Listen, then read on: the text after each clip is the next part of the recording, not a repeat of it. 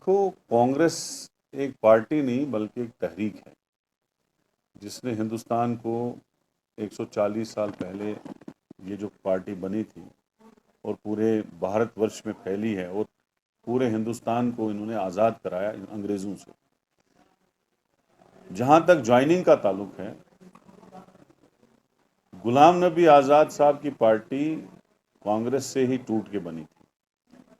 तो पिछले साल आपने देखा जब पंजाब इलेक्शन हुआ तो आम आदमी पार्टी का एक थोड़ी सी वेव बन गई थी जम्मू कश्मीर में। लेकिन आज एक साल होने के बाद जब गुलाम नबी आज़ाद की पार्टी बनी थी और उससे पहले आम आदमी पार्टी आई थी, आज दोनों का जो सिस्टम है वो लगभग अब फिनिश हो चुका है। आम आदमी पार्टी तो कम्प्लीटली फिनिश हो चुकी है और गुलाम नबी आज़ाद साहब में जो लोग गए, पार्टी में जो लोग गए थे, वो लगभग 80% x deputy CM, x PCC president, ministers, MLAs, x MLCs. और आपने जो देखा हाजी रशीद साहब पे जो इल्ज़ाम लगाए फिर उसको एक्सपेल किया गया, वो इस बात की अक्कासी थी कि हाजी रशीद साहब ऑलरेडी कांटेक्ट में थे कांग्रेस के। वो चाहते थे कांग्रेस में वापस आना, लेकिन उनकी पार्टी ने सुना तो उन्होंने एक्सपेल किया।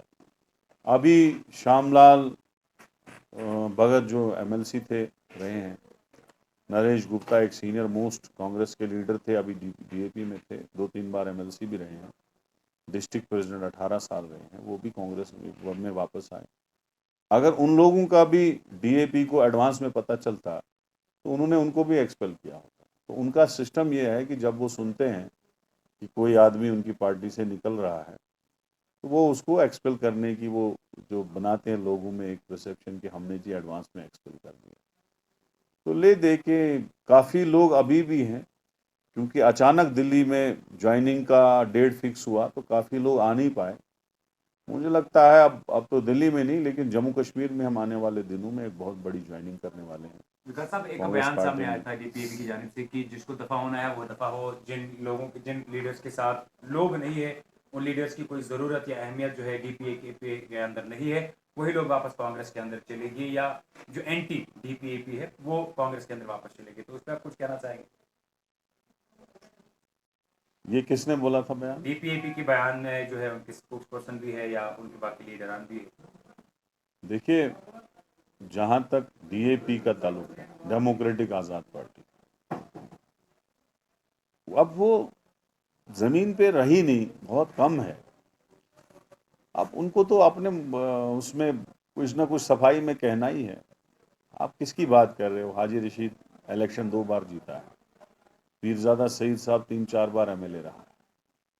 जो भी वहाँ से निकला, चाहे वो डीडीसी मेंबर इलेक्टेड निकला, बिलाल देवा साहब निकला, साइमा जी निकली, इलेक्टेड डीडीसी है, प्रोविंशियल प्रेसिडेंट है, अनायतुल्लाह राथर निकला, इलेक्टेड डीडीसी है। इलेक्टेड लोग वहाँ से हमारी पार्टी में शामिल हुए कुछ महीनों से। तो ऐसे कैसे बोल सकते हैं कि जो आया और दफा हो जाए? मुझे नहीं लगता है अब उस पार्टी का कुछ रहा।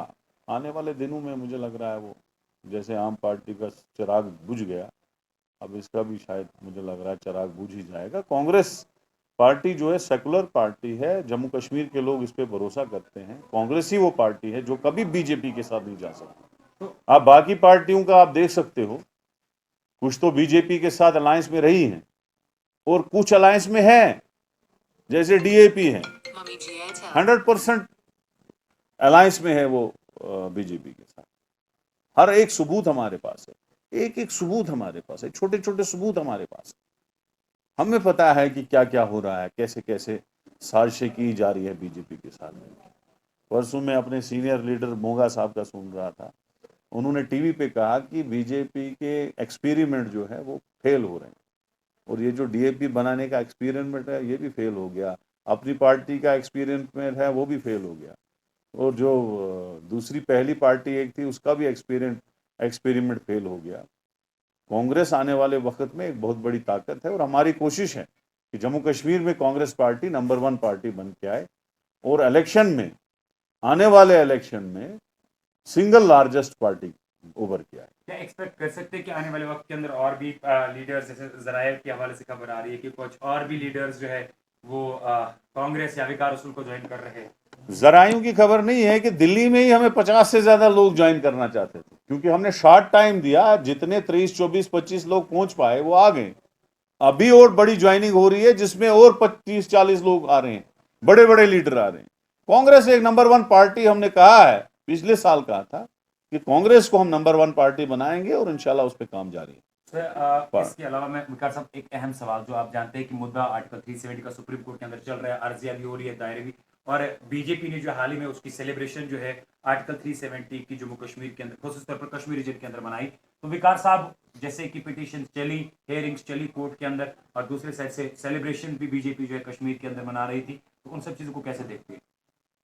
बीजेपी ने जब आर्टिकल 370 हटाया था, उन्होंने बड़े बड़े ख्वाब दिखाए थे और इंटरनेशनल लेवल पे और नेशनल लेवल पे ये बात दर्शाई थी कि जम्मू कश्मीर में तूफान होगा, यहाँ दूध की नहरें बहेंगी, यहाँ एम्प्लॉयमेंट होगा, यहाँ हेल्थ सेक्टर, एजुकेशन सेक्टर, फलानी सेक्टर, ये तूफान होगा यहाँ पे जितनी डेवलपमेंट है वो 370 से रुकी है। तो लेकिन हुआ क्या, जम्मू कश्मीर अनएम्प्लॉयमेंट में, बेरोजगारी में नंबर 1 पार्टी बन गई। जम्मू कश्मीर डेवलपमेंट में सबसे पीछे रहा। जम्मू कश्मीर में गरीबी दिन ब दिन बढ़ रही है। अब ये लोगों को दिखाने के लिए सड़कों पे फूल बांट रहे हैं, लेकिन जम्मू कश्मीर के आम लोगों को पता है कि 370 से क्या बर्बादी हुई। ये नेशनल लेवल पे दिखाने के लिए खाली एक ही पार्टी आपको दिखेगी जश्न मनाते हुए, टाफियां बांटते हुए, वो बीजेपी। बाकी जो इनकी अलाई पार्टी तक है, जिसमें डीएपी है, अपनी पार्टी है, वो भी इनको बोल रही है कि नहीं जी 370 हटा के सबसे बड़ी गलती हुई है। ये उन्हीं का है। बीजेपी इंटरनेशनल और नेशनल लेवल पे दिखाना चाहती है कि इधर तूफान हुआ, उस चीज में ये फेल हो गए। अब ये खाली जश्न ही रहा है, बाकी कुछ नहीं बचा है।